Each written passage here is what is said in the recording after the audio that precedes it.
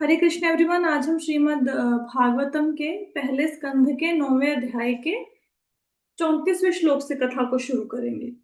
तो कल की कथा में हम लोगों ने जाना कि भीष्म पितामह ने अ, युधिष्ठिर महाराज को धर्म के सिद्धांतों का उपदेश देना शुरू किया, लेकिन जब सूर्य उत्तरी गोलार्ध में चला गया तो उस समय उन्होंने बोलना बंद कर दिया, क्योंकि वो अपने शरीर को त्यागने का शुभ समय था।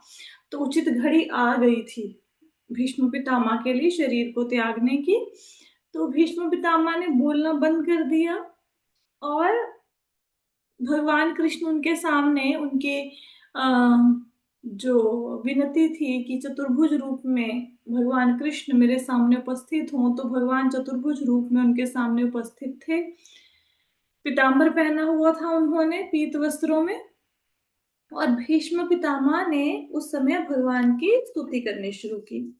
तो स्तुति करते हुए भीष्म पितामह ने कहा कि अब मेरी मति, जो अब तक तो थी वो संसार के कामों में लगी हुई थी मेरी मति, लेकिन अब जो मेरी मति है वो भगवान में, भगवान श्री कृष्ण में लगने दो। मतलब मेरी बुद्धि, मेरी मति, मेरा चिंतन भगवान कृष्ण में लगे।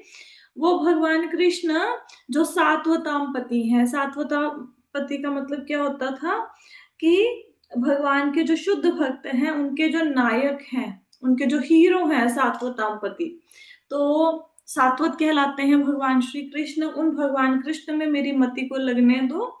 और उन्होंने कहा कि संपूर्ण विश्व जो है वो भगवान कृष्ण के द्वारा ही सृजित है।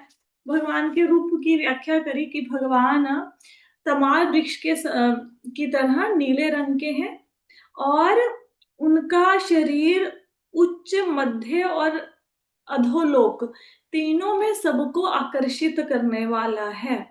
और भगवान के मुख की जो चंद्रावली है, जो उन्होंने पीताम्बर पहना है, वो भीष्म पितामह कह रहे हैं कि उनमें मेरा आकर्षण हो, उन सब चीजों में मेरी अट्रैक्शन हो, और मैं किसी भी काम के फल की इच्छा ना करूं। साथ ही साथ भगवान को विजय सखे कह के संबोधित किया। विजय सखे का मतलब है कि अर्जुन के सखा हैं भगवान कृष्ण। भगवान बहुत प्रसन्न होते हैं जब उनका नाम उनके भक्तों के साथ, नाम के साथ जोड़कर लिया जाता है। तो भगवान को विजय सखे कहकर संबोधित किया। अब उससे आगे की कथा शुरू करते हैं। आगे भीष्म पितामह क्या स्तुति करेंगे। युधितुरि घर जो विधूम्र विश्व क्वच लुलित शमवार्यलंकृता से मम निशिति शिरैर्विविध्यमानत वच क्वच विलसत् क्वचे सुकृष्ण आत्मा। तो कहते हैं युद्ध क्षेत्र में जहां मित्रता व श्री कृष्ण अर्जुन के साथ रहे थे, भगवान कृष्ण के लहराते केश घोड़ों की टापों से उठी धूल से दूसरित हो गए थे, और श्रम के कारण उनका मुखमंडल पसीने की बूंदों से भीग गया था। मेरे तीक्ष्ण बाणों से बने घावों से इन अलंकरणों की शोभा उन्हें अच्छी लग रही थी। मेरा मन उन्हीं श्री कृष्ण के पास चले। तो यहाँ पे क्या कह रहे हैं, देखो जो भगवान है, भगवान की सेवा 5 रूपों में की जाती है। प्रभुपाद जी कहते हैं साख्य रस, वात्सल्य रस, दास्य रस, शांत रस, माधुर्य रस। ये ऐसे भगवान के साथ रिलेशनशिप बनाया जाता है, ठीक है। तो भीष्म देव से कौन से रस में भगवान की भक्ति कर रहे हैं? दास्य रस में। वो भगवान के भक्त हैं, अपने आप को भगवान का दास मानते हैं। अब क्या हुआ कि युद्ध में ये कथा कुछ इस प्रकार है कि महाभारत का जब युद्ध हुआ तो जो दुर्योधन था, एक दिन उसने भीष्म पितामह को बहुत बुरा भला बोला। उसने बोला कि अगर आप चाहो तो महाभारत के युद्ध को मुझे जितवा सकते हो, पांडवों को मार सकते हो, क्योंकि आप पांडवों से प्रेम करते हो इसलिए आप भेदभाव करते हो। लड़ हमारी तरफ से रहे हो, लेकिन आपका हृदय पांडवों में बसा हुआ है, इसलिए आप हमें जीत नहीं दिला रहे। तो भीष्म पितामह को यह सुनकर बहुत गुस्सा आ गया। तो भीष्म पितामह ने क्या किया, उन्होंने 5 बाण निकाले और कहते कि इन 5 बाणों से मैं पांडवों का वध करूंगा कल। तो भीष्म पितामह तो जो बोलते हैं उसको सत्य करके दिखाते हैं। उनका नाम भीष्म इसीलिए पड़ा है क्योंकि उन्होंने कठिन व्रत धारण किया था कि मैं पूरा जीवन ब्रह्मचर्य रहूंगा, शादी नहीं कराऊंगा, इसीलिए उनका नाम भीष्म पड़ा, अदरवाइज उनका नाम देवव्रत था। तो दुर्योधन सुन के खुश हो गया कि भीष्म पितामह झूठ तो बोलेंगे नहीं। तो दुर्योधन ने कहा, दुर्योधन को लगा कि ऐसा ना हो कल कहीं बाण कहीं पे रखकर भूल जाएं और सुबह बोले मुझे तो पता नहीं मैंने बाण कहाँ रख दिए, अब कौन से बाणों से मारूं, मैं तो 5 बाण निकाले थे पांडवों को मारने के लिए। तो दुर्योधन ने बोला कि आप ये बाण मुझे दे दो, सुबह मैं आपको बाण वापस कर दूंगा। खुश हो गया, कल पांडव मर जाएंगे। भगवान श्री कृष्ण को पता लगा। तो भीष्म पितामह कोई साधारण योद्धा तो है नहीं। हम्म, परशुराम जी से धनुर्विद्या सीखी है उन्होंने। और वो जो भीष्म पितामह है वो देवताओं के लोक में, गंगा नदी के पुत्र हैं, तो गंगा नदी देवताओं के लोक में लेके चली गई थी इनको। तो वहां इन्होंने वशिष्ठ, शुक्राचार्य इत्यादि जो देवताओं दैत्यों के गुरु हैं वहां से शिक्षा पाई है। तो महान धनुर्धर हैं, तो अगर उन्होंने बोला है कि मारूंगा तो डेफिनेटली वो मार सकते थे पांडवों को। वो दुर्योधन बाण लेके आ गया अपने पास, तो भगवान श्री कृष्ण को इसका पता चल गया। तो भगवान श्री कृष्ण ने क्या किया, उन्होंने अर्जुन को बोला कि तुम्हें याद है एक बार दुर्योधन ने तुम्हें एक वरदान दिया था। क्या हुआ था ये, जो 5 पांडवों को इन्होंने वनवास दे दिया, जुए में ये लोग हार गए पांडव कौरवों से। तो ये पांडवों को चिढ़ाने के लिए आते थे कौरव। तो इन्होंने पांडवों को चिढ़ाने के लिए जहां पे वो झोपड़ी बना के रह रहे थे उसी के पास आकर आसपास की जगह में अपना टेंट वेंट लगा के उन्होंने वहां पे अपना पिकनिक मनानी शुरू कर दी कि उनको चिढ़ाते हैं कि ये देखो तुम लकड़ियां काट रहे हो, किसी टाइप पे तुम राजकुमार थे। ऐसे भीम को चिढ़ाते हैं, अर्जुन को चिढ़ाते हैं, तो बड़ा परेशान किया इन लोगों को। वहां पे दुर्योधन का के झगड़ा हो गया कुछ गंधर्वों के साथ,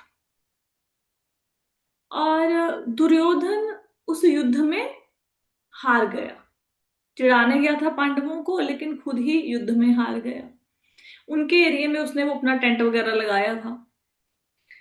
तो इसको बंदी बना लिया, सब लोग हार गए, करण इत्यादि थे वो भी हार गए, उसमें बंदी बना लिया उन्होंने इसे। तो उस समय युधिष्ठिर महाराज ने बोला कि जाओ उसे छुड़ा के लेके आओ दुर्योधन को। तो ये कहते अर्जुन भीम कि हम तो नहीं जाएंगे, उसने हमें इतना परेशान किया, अच्छा हुआ वो उसको हार गया, बांध लिया, बढ़िया है, मरने दो। तो युधिष्ठिर महाराज कहते नहीं, आपसी झगड़े में हम 5 हैं, वो 100 हैं, 100 हैं, लेकिन जब बाहरी कोई व्यक्ति के साथ हमारा झगड़ा होगा तो क्या है, हम 105 हैं, तुम जाओ उनको बचाओ। तो अर्जुन गया, उसने गंधर्वों को, जो यक्ष थे या फिर गंधर्व थे कुछ ऐसा था, मेरे को एग्जैक्टली याद नहीं है, तो उनको हराया, इसको छुड़वाया। तो दुर्योधन ने अर्जुन को बोला कि तुम मेरे से वरदान मांगो कोई। तो अर्जुन ने कुछ नहीं मांगा, लेकिन फिर भी दुर्योधन कहता कि कोई बात नहीं, फ्यूचर में मांग लेना जब जरूरत हुई तो वरदान था एक अर्जुन के पास। तो भगवान कृष्ण कहते जाओ, अर्जुन को कहते जाओ अपने वरदान को यूज करो और वो 5 बाण लेके आओ। हम्म, कहते कि 5 बाण है दुर्योधन के पास, जाओ उससे मांग के लेके आओ। तो गया अर्जुन दुर्योधन के खेमे में, उसको बोला कि भाई तुम्हें 5 बाण दिए थे, तो नहीं तुम्हारे पास कोई 5 बाण है, तुम्हें याद है तुमने मुझे एक बार वरदान दिया था कि मैं तुमसे जो चाहे मांग सकता हूँ। दुर्योधन कहता हाँ मांगो, कहता तुम्हारे पास 5 बाण है जो भीष्म पितामह ने दिए हैं, वो मुझे दे दो। तो दुर्योधन ने वो बाण दे दी। तो सुबह जब हुई तो भीष्म पितामह ने बोला दुर्योधन को, पिलाओ मेरे बाण, आज मैं मारूंगा पांडवों को उन बाणों से। कहते बाण तो नहीं है, दुर्योधन कहता, भीष्म पितामह कहते कहाँ गए बाण। तो कहते कि भाई वो तो ले गया, अर्जुन ले गया। तो भीष्म पितामह समझ गए कि ये बात और तो किसी को पता नहीं थी मेरे और दुर्योधन के सिवाय, तो कैसे पता लगी कृष्ण को, क्योंकि वो तो भगवान, और भीष्म पितामह ये जानते थे कि कृष्ण भगवान है। तो उन्होंने कहा कि अब आज भगवान ने मेरी प्रतिज्ञा तोड़वाई है कि भाई मैं उनको मारना चाहता था पांडवों को, तो कहते मैं भी एक प्रतिज्ञा लेता हूं कि आज भगवान कृष्ण हथियार उठाएंगे युद्ध में। अगर हथियार नहीं उठाएंगे तो फिर मैं पक्का किसी न किसी उसको मार दूंगा, पांडुपुत्र को। तो भगवान भक्तों के लिए जो भक्तों की प्रतिज्ञा का मान रखने के लिए भगवान अपनी वचनों से भी फिर जाते हैं, अपने वचनों को भी झूठा होने देते हैं।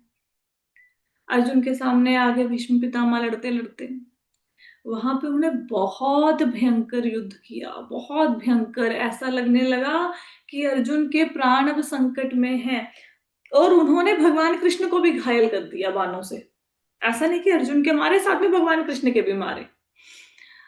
तो फिर भगवान को, अर्जुन को जब देखा कि इतनी बुरी हालत है, अर्जुन तो बिल्कुल मरने ही वाला हो गया युद्ध में, तो भगवान उतरे और उनका उत्तरीय, जो उत्तरीय होता है ना कंधे पर रखते हैं, उत्तरी उतर गई उनकी, और रथ का पहिया लिया और भीष्म पितामह को मारने के लिए दौड़े।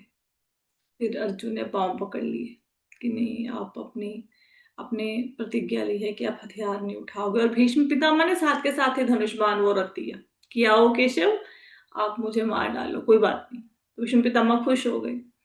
तो भगवान ने ऐसे अपने भक्त के वचन का मान रखा। अब अगर देखा जाए तो इस श्लोक को पढ़कर हमें ऐसा शायद लगेगा कि भीष्म पितामह को बड़ा ना पश्चाताप हो रहा है कि मैंने भगवान को बाण मारे, मैंने कुछ गलत कर दिया। लेकिन भीष्म पितामह के बाणों से भगवान को कोई पीड़ा नहीं हुई। क्यों नहीं हुई? क्योंकि भगवान का शरीर तो दिव्य है। हमें पीड़ा क्यों होती है? क्योंकि हमारा शरीर तो इन पंच महाभूतों से बना है, तो हमें दर्द होता है। लेकिन भगवान का शरीर तो दिव्य है। हम्म तो भगवान भीष्म पितामह के बाणों से घायल होके गुस्से नहीं हुए, अपितु उन्होंने उस वीर रस का आस्वादन किया। हम्म, कि देखो वीर रस क्या होता है।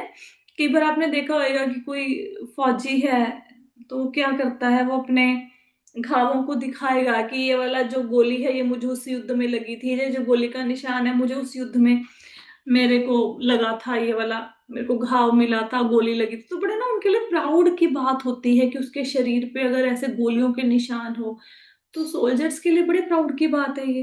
हम्म। तो यहाँ पे भीष्म पितामह भगवान कृष्ण के साथ वीर रस में प्रेम का आदान प्रदान कर रहे हैं। वीर रस क्या होता है? वीर रस में शरीर पर बने घाव व्यक्ति को पीड़ा नहीं देते, बल्कि उसके लिए प्राउड का मोमेंट होता है वो। हम्म तो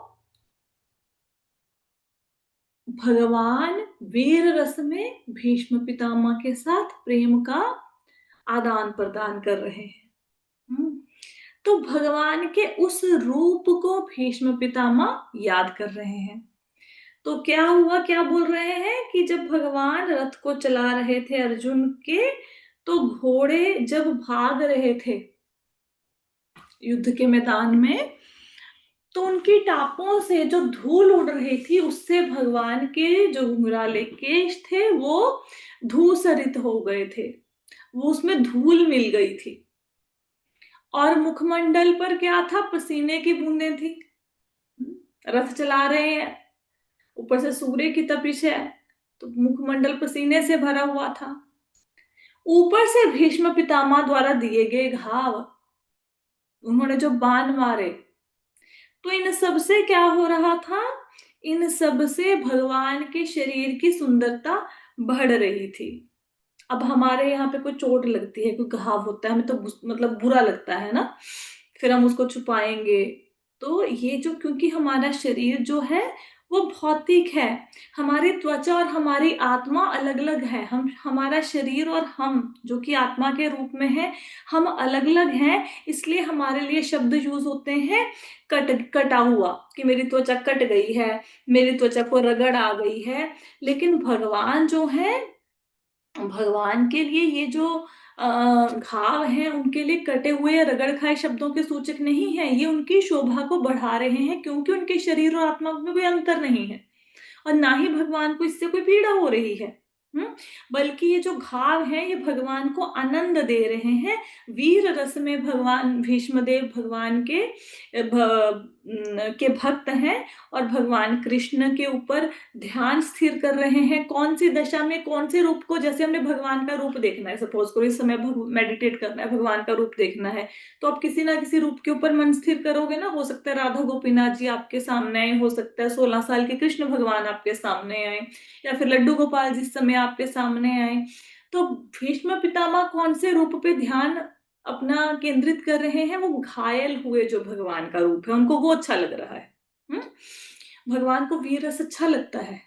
तो ये जैसे जब चारों कुमारों ने जय विजय को श्राप दे दिया, वैकुंठ में प्रवेश करने से रोक दिया, उस समय भगवान के मन में इच्छा हो रही थी कि मैं युद्ध करूं।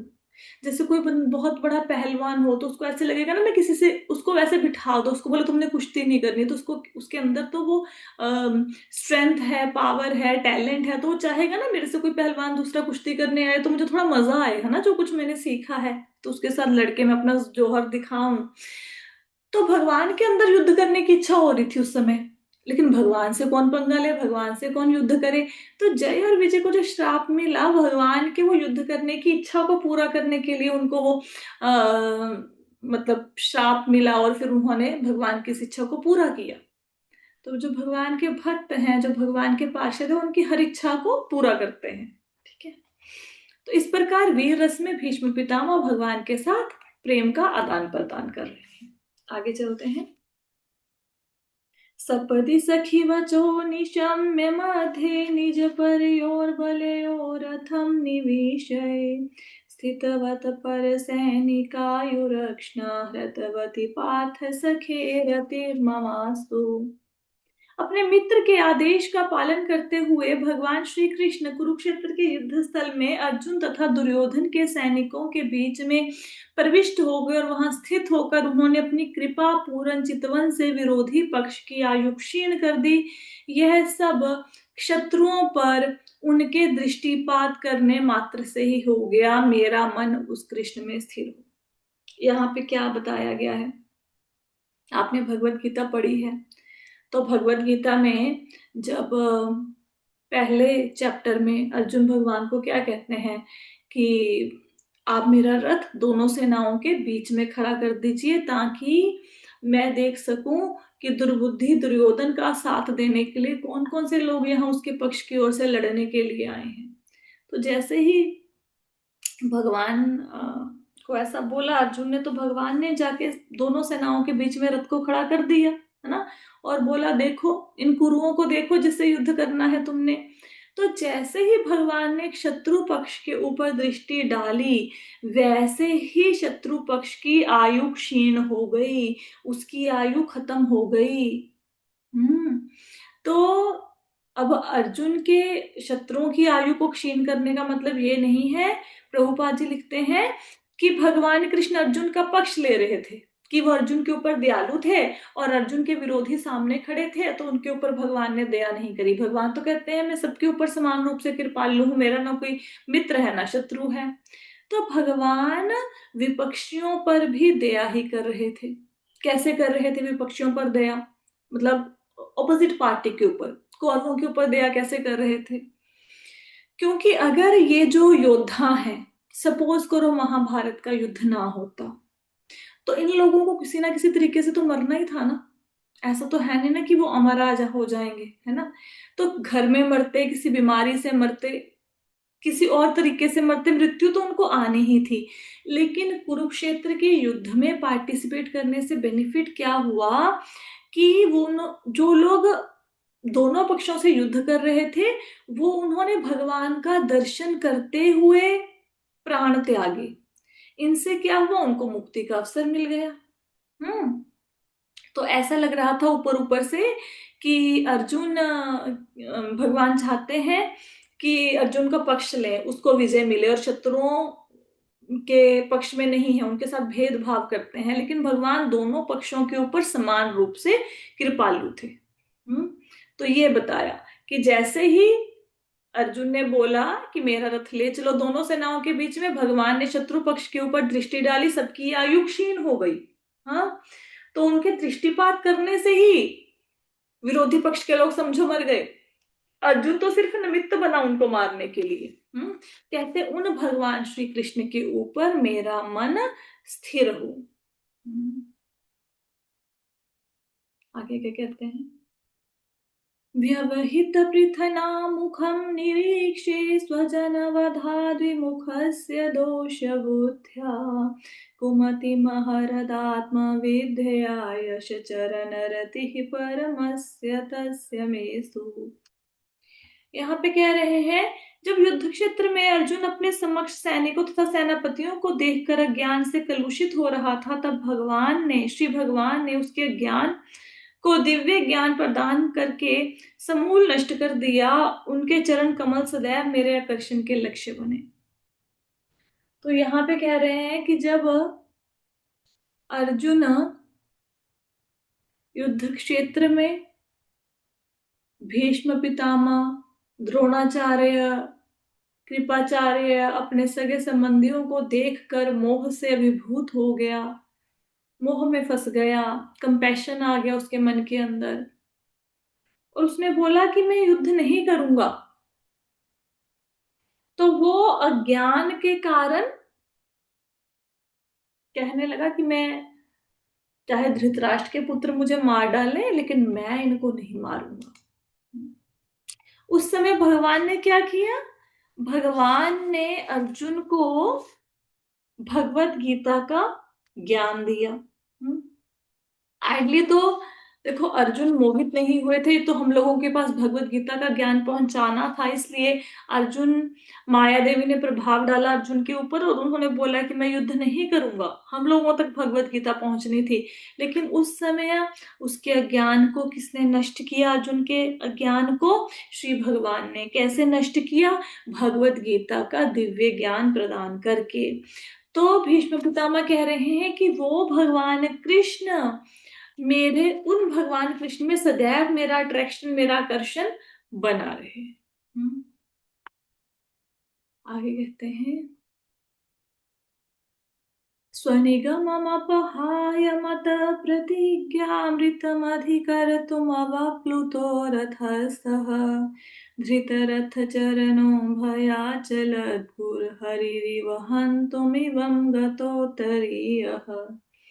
मेरी इच्छा को पूरी करते हुए अपनी प्रतिज्ञा तोड़कर वे रथ से नीचे उतर आए, उसका पहिया उठा लिया और तेजी से मेरी ओर दौड़े, जिस प्रकार कोई सिंह किसी हाथी को मारने हेतु दौड़ पड़ता है, इसमें उनको उत्तरीय वस्त्र भी रास्ते में गिर गया। तो ये कथा तो अभी मैंने आपको सुनाई है ना, कि भीष्म पितामह की इच्छा थी भगवान भी आज अपनी प्रतिज्ञा तोड़े और हथियार उठाएं।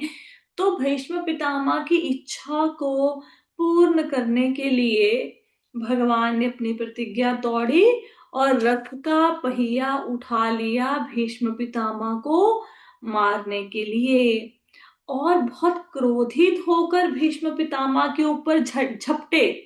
कैसे? जैसे कोई शेर हाथी को मारने के लिए झपटता है। और उनका जो अंग वस्त्र था, जो उत्तरीय था, वो रास्ते में गिर गया और क्रोध के कारण उनको पता नहीं चला कि मेरा उत्तरीय गिर गया है। तब भीष्म पितामह ने तुरंत अपने हथियार डाल दिए और भगवान कृष्ण के द्वारा मारे जाने हेतु खड़े हो गए। हालांकि अर्जुन तो की मृत्यु तो पॉसिबल ही नहीं थी, क्योंकि भगवान कृष्ण उनके सारथी थे, उनके साथ थे। लेकिन फिर भी भीष्म पितामह की इच्छा थी कि जो भगवान कृष्ण है वो अपने मित्र को बचाने के लिए हथियार उठाएं। इसलिए भगवान कृष्ण ने ऐसी स्थिति पैदा कर दी कि ऐसा लगा कि अर्जुन के प्राण संकट में है और भीष्म पितामह के समक्ष पहिया उठाकर गुस्से में क्यों आए? ये दिखाने के लिए कि आप मेरे भक्त हो, आप मेरे शुद्ध भक्त हो, आपकी इच्छा थी ना मैं हथियार उठाऊं, लो मैंने हथियार उठा लिया और आपकी प्रतिज्ञा को पूरा कर दिया। देखो, भगवान भगवत गीता में अर्जुन को बोलते हैं कि अर्जुन घोषणा कर दो, मेरे भक्त का कभी विनाश नहीं होगा। तो ऐसा नहीं कि भगवान ये बात स्वयं नहीं कह सकते थे, तो भगवान ने ये बात अर्जुन से क्यों कहलाई है?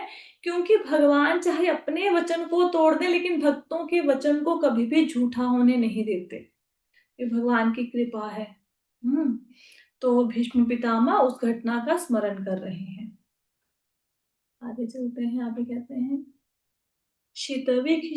शीतविशिखहतो विषनदंशः क्षतजपरिप्लुत आततायिनो मे प्रसभमभिससारमद्वदार्थं स भवतु मे भगवान गतिर्मुकुन्दः। भगवान श्री कृष्ण जो मोक्ष के दाता है, मेरे परम गंतव्य हो, युद्ध क्षेत्र में उन्होंने मुझ पर आक्रमण किया, मानो वे मेरे पैने बाणों से बने घावों के कारण क्रुद्ध हो गए हों। उनका कवच छितरा गया था और उनका शरीर घावों के कारण खून से सन गया था। तो यहाँ पे क्या भीष्म पितामह याद कर रहे हैं? भीष्म पितामह कह रहे हैं कि भगवान श्री कृष्ण जो मोक्ष के दाता है, दुनिया में चाहे आप किसी भी देवी देवता की भक्ति कर लो, लेकिन कोई भी मोक्ष नहीं दे सकता। मोक्ष सिर्फ भगवान विष्णु, भगवान कृष्ण दे सकते हैं, और किसी में इतनी पावर नहीं है कि व्यक्ति को जन्म मृत्यु के चक्कर से बचा सके। तो इसलिए भगवान को कहते हैं कि वो दाता है मोक्ष के। कहते वो मेरे जीवन के परम लक्ष्य बन जाएं। भीष्म पितामह ये प्रार्थना कर रहे हैं और कह रहे हैं कि वो मेरी और ऐसे आए, रथ का पहिया उठा के ऐसे मेरे ऊपर उन्होंने आक्रमण किया, जैसे कि मैंने जो उनके ऊपर प्रहार किया, मैंने उनको घाव दिए, उसके कारण वो गुस्से हो गए हैं। और उनका कवच भी उतर गया था, शरीर पर खून, पूरा शरीर खून से सन गया था घाव के कारण, है ना। लेकिन भगवान, ये सब कुछ क्यों लीला करी भगवान ने? ये भीष्म देव के प्रति विशेष कृपा दिखाने के लिए भगवान ने ऐसा किया। तो जो भक्त है, कभी कभी वह शत्रु का नाटक करते हुए भी भगवान को प्रसन्न कर सकते हैं। ये देखो प्रभुपाद जी लिखते हैं कि भक्त की विशेषता क्या है कि भक्त शत्रु का अभिनय करते हुए भी भगवान को प्रसन्न कर सकता है। तो भगवान को शत्रु बनकर भी कुछ लोग प्रसन्न कर सकते हैं, जैसे भीष्म पितामह ने करा, है ना।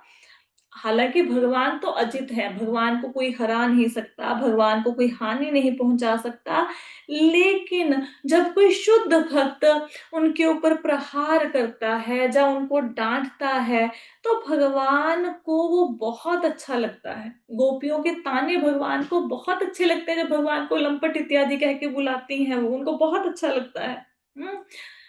एक बार एक बाबा जी थे, उन्होंने घर बार छोड़ दिया, तो घर बार छोड़ के वो लड्डू गोपाल जी को लिया साथ में, और साथ में उनके लिए एक, मतलब जहां पे एक छड़ी टाइप का झूला सा ले लिया उनके लिए ना, कि वहां पे भगवान को विश्राम करने के लिए बिठा दे, जहां पे भी रुकेंगे। तो जहां भी जाते उसको साथ साथ में लेके जाते, यहाँ खुद विश्राम करते, लड्डू गोपाल जी को भी करवा देते। एक बार क्या हुआ, महात्मा जी अपना झूला उठाना भूल गए, लड्डू गोपाल जी को लिया और चल पड़े आगे। तो जब विश्राम करवाना, तो देखा कि भगवान को कैसे विश्राम करवाएं, तो वो याद आए कि वो झूला तो मैं भूल आया हूं कहीं पे। तो बड़ा डांटा भगवान को कि मैं तो बूढ़ा हो गया हूं, मुझे तो याद नहीं रहता कि मैंने कहाँ पे तुम्हारा झूला रख दिया, कम से कम तुम्हें तो अपना ख्याल रखना चाहिए था। तुमने क्यों नहीं याद करवाया कि भाई मेरा झूला उठा लो? तुम्हें अपनी कोई फिक्र नहीं है, तुम्हें मेरी कोई फिक्र नहीं है, मैं अब कहाँ से ढूंढ के लेके आऊंगा तुम्हारा झूला? तो भगवान गए लेके आए दूल्हा, यहाँ पे भूल के आए थे। फिर वो एकदम से उस आवेश से बाहर आए जब बाबा, तो उन्होंने देखा कि उन्होंने तो भगवान से सेवा ले ली है, भगवान को परेशान किया, वो खुद जाके लेके आए हैं। तो फिर रोने लगे, पर भगवान को बहुत अच्छा लगा जब इनको डांट पड़ी। तो भगवान के भक्त जब भगवान को डांटते हैं, है ना, या अपने आप को भगवान से श्रेष्ठ समझते हैं, जैसे कई बार ऐसा लगता है ना कि मैं ही लड्डू गोपाल की केयर कर रहा हूं, मैं ना हूं तो भगवान कैसे भोजन पाएंगे, कैसे भोग पाएंगे, है ना। सर्दी आ गई, भगवान को ठंड ना लग जाए, हम गर्म वस्त्र नहीं देंगे, वो तो ऐसे बैठे रहेंगे, तो हम अपने आप को भगवान से श्रेष्ठ उस समय समझ रहे हैं ना, कि हमें ध्यान रख सकते हैं। ऐसा नहीं पता कि वो हमारा ध्यान रख रहे हैं, है ना। तो भगवान को कोई जब अपने से बढ़कर मानता है कि भाई मैं उनसे बड़ा हूं, मेरे को राइट है कि मैं भगवान को डांट सकता हूं, तो भगवान को ऐसे प्रेम पूर्वक जो भगवान के साथ आदान प्रदान किया जाता है प्रेम का, ये भगवान को बहुत अच्छा लगता है। लेकिन शुद्ध भक्त ही इन लीलाओं को समझ सकते हैं। कोई दूसरा व्यक्ति देखेगा तो उसको लगेगा कि ये कैसे भक्त हैं भीष्म पितामह, उन्होंने तो घायल कर दिया भगवान को, ऐसा थोड़ा ना करते हैं। लेकिन भगवान का शरीर दिव्य है, उनको घायल नहीं किया जा सकता। ये तो ऐसा थोड़ा ना था कि भगवान कृष्ण को अपने आप को बचाने के लिए, अर्जुन को बचाने के लिए पहिया उठा के उनको मारने की जरूरत थी। वो अगर मन में सोच भी लेते कि भाई इनका विनाश करना है, तो वो सोचने मात्र से विनाश कर देते भीष्म पितामह का। तो ऐसे घावों वाले शरीर को लेके उनके सामने आने की जरूरत नहीं थी। लेकिन भगवान दिखाने के लिए भीष्म पितामह के सामने आए कि देखो तुम्हारे घावों से मैं कितना प्रसन्न हूं। तो जैसे मैंने बताया कि सैनिक जो होते हैं वो खुश होते हैं अपने शरीर पर वो देखकर घावों को, तो भगवान दिखाने आए कि वीर रस में जो आपने मेरे साथ प्रेम का आदान प्रदान किया है, मतलब जो आ, वीर रस में आप मेरे साथ भक्ति कर रहे हैं, मुझे बहुत बढ़िया लग रही है, अच्छी लग रही है। ठीक है, तो यहाँ तक आज की कथा को विश्राम देते हैं। 38 तक हमारे श्लोका हो चुके हैं। कल हम 39 नंबर श्लोका से कथा करेंगे। कल भी दोपहर को ही कथा करेंगे क्योंकि सुबह मंदिर में सेवा है। अब किसी को कोई प्रश्न है इतनी उसमें तो पूछ सकते हैं आज की कथा में। क्वेश्चन है, कोई डाउट है? माता जी एक क्वेश्चन है। जैसे जैसे जो शिव जी की भक्ति करते हैं वो तो शिवलोक में जाते हैं, फिर उन वहां से भी उनकी मुक्ति नहीं होती फिर? ना, शिव जी की जो भक्ति करेंगे वो शिवलोक को जाएंगे। ठीक है, तो मुक्ति प्रदाता तो भगवान ही है। तो भगवान ने तो भगवत गीता में लिखा है कि जो देवी देवताओं की भक्ति करते हैं उनके लोक को जाएंगे, पर वहां पे जाके उनको मुक्ति नहीं मिलेगी।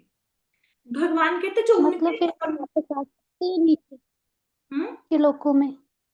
इसका मतलब वो वापस जब उनका टाइम उधर खत्म हो जाएगा फिर वो वापस नीचे के लोकों में फिर आ वापस सकते हैं, आएंगे इसका फिर यही मतलब? हाँ हाँ, बिल्कुल बिल्कुल, मुक्ति नहीं मिलेगी। ठीक है मैम। ठीक है, राइट। वैसे भोलेनाथ देखते हैं कि अगर कोई बिना किसी इच्छा से भक्ति कर रहा है भोलेनाथ की, तो भगवान की कृष्ण की भक्ति उनको प्रदान कर देते हैं खुश होके। आप देखेंगे जब भागवतम पढ़ेंगे, जब प्रचेता थे तपस्या करने जा रहे थे, तो उनको भोलेनाथ के दर्शन हुए। प्रचेता कौन थे? राजा के बेटे थे, 10 बेटे थे राजा भविष्य के। तो राजा ने आदेश दिया कि जाओ तपस्या करो, तो वो तपस्या करने के लिए चल पड़े। तो शिव जी वहां पे प्रकट हुए। तो शिव जी ने उनको ये नहीं बोला कि तुम मेरी भक्ति करो, तो मेरे मंत्र का जाप करो ना। उन्होंने उनको बोला कि आप भगवान कृष्ण की भक्ति करो। ठीक है, तो भोलेनाथ को भी अच्छा लगता है कोई भगवान की भक्ति करे, कोई राम राम कहे, उनको अच्छा लगता है। राइट। बाकी अपनी अपनी श्रद्धा होती है। भगवान भगवत गीता में कहते हैं कि अगर कोई व्यक्ति किसी देवी देवता की पूजा करता है, तो मैं उसकी बुद्धि को उस देवता में स्थिर कर देता हूं। तो अगर कोई शिव जी की पूजा कर रहा है तो भगवान उसकी बुद्धि को शिव के ऊपर स्थिर कर देंगे। फिर वो पूरी जिंदगी उनकी पूजा करेगा, तो भगवान उस देवी देवता की पूजा में उस व्यक्ति को स्थिर कर देते हैं, भगवान उसकी बुद्धि को ऐसा बना देते हैं। हम्म आइडिया तो भगवान की भक्ति करनी चाहिए, लेकिन कोई ना करे देवी देवता की करे, फिर भगवान उसको वैसी ही पावर दे देंगे कि ठीक है भाई फिर तुम देवी देवता की पूजा करो। ठीक है, तो वैसे जो विष्णु तत्व की पूजा करते हैं उनमें श्रद्धा उनकी ज्यादा होती है, तो उनको तो मुक्ति मिल जाएगी ना, क्योंकि वो तो विष्णु, यस, कृष्ण जी के ही हैं। एग्जैक्टली, विष्णु मुक्ति प्रदाता हैं। जब अ, खटवांग राजा देवताओं से युद्ध कर रहे थे, तो देवताओं ने बोला कि हमसे वरदान मांग लो। कहते लेकिन मुक्ति मत मांगना, हम मुक्ति नहीं दे सकते और जो मर्जी मांगो। तो मुक्ति प्रदाता तो उन्होंने बोला कि स्वयं विष्णु ही है। तो जो विष्णु तत्वों की पूजा करते हैं, भगवान कृष्ण की पूजा करते हैं, डेफिनेटली वो जन्म मृत्यु के चक्कर को पार कर जाएंगे, उनकी मुक्ति होगी। राइट। थैंक यू माता। राइट, थैंक यू जी। और कोई प्रश्न है? हम्म, माता जी, हाँ जी, हाँ जी, हाँ जी। आज मैं बहुत बाद आई हूँ क्लास में। मैंने आपके लेक्चर तो सुनती थी, पर हाँ, ये वाला टाइम ठीक है। ये वाला टाइम ठीक है, इस समय किया करें कथा। मेरे अच्छा लगा माता क्योंकि जी 11 आपकी बजे मैं सुविधा होनी मंदिर में होती चाहिए, हूँ, फिर मैं हमारी तो कोई नहीं। कोई बात नहीं, उससे पहले आपके पास देखो सेवा मेरी ज्यादा तो, होती है, सही है। आपकी सुविधा नहीं। नहीं मेरे को ये टाइम सूट करता मैं है। तो आपकी रिकॉर्डिंग सुनती थी फिर। अच्छा, नहीं नहीं नहीं, मेरे को ये टाइम सूट करता हाँ है जी, तो आप देख लो जैसे हाँ, कोशिश हम करेंगे। भी डिस्टर्ब ना हो, तो हाँ वैसे हाँ, आप। नहीं नहीं नहीं, कल की हाँ कथा में ना, आज तो 7 लोग ही हैं, नॉर्मली थोड़े से ज्यादा होते हैं। कल की कथा में सबसे पूछ लेंगे, अगर सबको ये टाइम हाँ, सूट जब आए थे तो करता है। 4 ही थे। हाँ, अभी तो हो जब गए हैं, मैंने ज्वाइन करा तो 4 ही थे। 4 ही थे, तो 5-7 अब हो गए हैं। हम्म, कल की कथा में ना एक पूछ लेंगे सबको कि अगर 2:15 का टाइम सबको सूट करता है तो मैं 2:15 पे कथा कर सकती हूँ। राइट, तो कल की कथा में पूछ लेंगे, अगर माने सारे तो 2:15 पे कर लिया करेंगे। ठीक है जी। हम्म, ठीक है। Okay, thank Hare you. Krishna. Hare Krishna. और कोई प्रश्न है किसी का? माता जी दंडवत प्रणाम। धन्यवाद, प्रणाम। राइट, तो किसी का प्रश्न नहीं है तो यहीं पे विश्राम लेते हैं कथा को। श्रीमद् भागवतम की जय, श्रील प्रभुपाद की जय। हरे कृष्णा।